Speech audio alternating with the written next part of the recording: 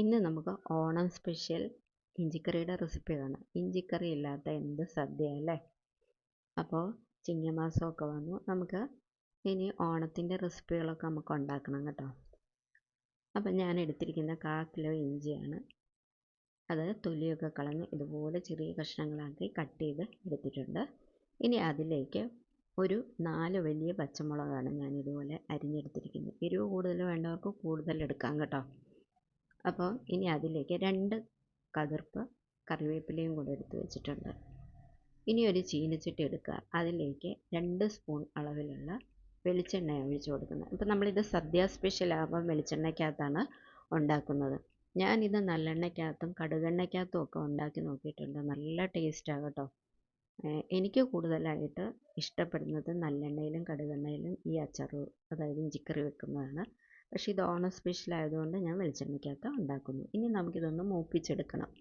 അപ്പം ഞാൻ ഒരു നെല്ലിക്ക വലിപ്പത്തിലുള്ള പുളിയാണ് എടുത്തിരിക്കുന്നത്. ആ പുളിയിലേക്ക് നമുക്ക് കുറച്ച് വെള്ളം ഒഴിച്ച് കൊടുക്കുക. അതൊന്ന് കുതിരട്ടെ.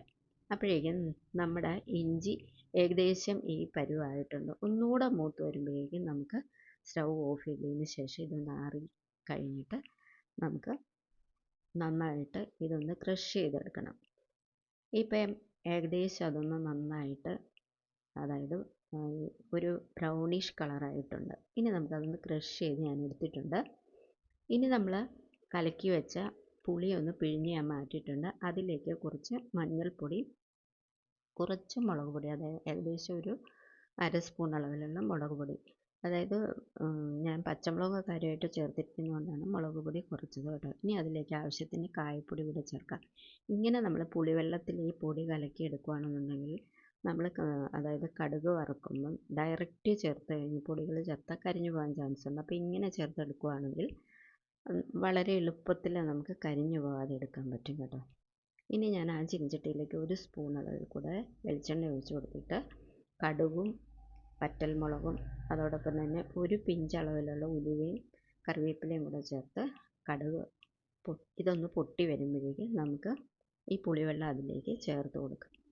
അതൊന്ന് തിളച്ച് വരുമ്പോഴേക്കും നമുക്ക് അതിലേക്ക് നമ്മുടെ ക്രഷ് ചെയ്ത ഇഞ്ചി ചേർത്ത് കൊടുക്കാം. പെട്ടെന്ന് ഉണ്ടാക്കാൻ പറ്റും. ഇഞ്ചി ഒന്ന് മൂത്ത് വരുന്ന സമയമേ എടുക്കത്തുള്ളൂ. ഇനി അതിലേക്ക് ആവശ്യത്തിന് ഉപ്പ് ചേർത്ത് കൊടുക്കാം. ഞാൻ ആദ്യം ഒരു അല്പം ഉപ്പ് ചേർത്തു. അത് കഴിഞ്ഞ് അത് പോരാൻ തോന്നിയിട്ട് കുറച്ചും കൂടെ ഉപ്പ് ഞാൻ ചേർത്തിട്ടുണ്ട്. ഇനി ഇതൊന്ന് നന്നായിട്ട് കുറുകി വരട്ടെ.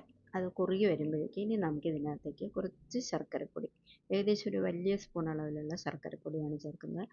ചില സ്ഥലങ്ങളിലൊക്കെ ഇഞ്ചിക്കറിക്ക് നന്നായിട്ട് മധുരം ചേർക്കും.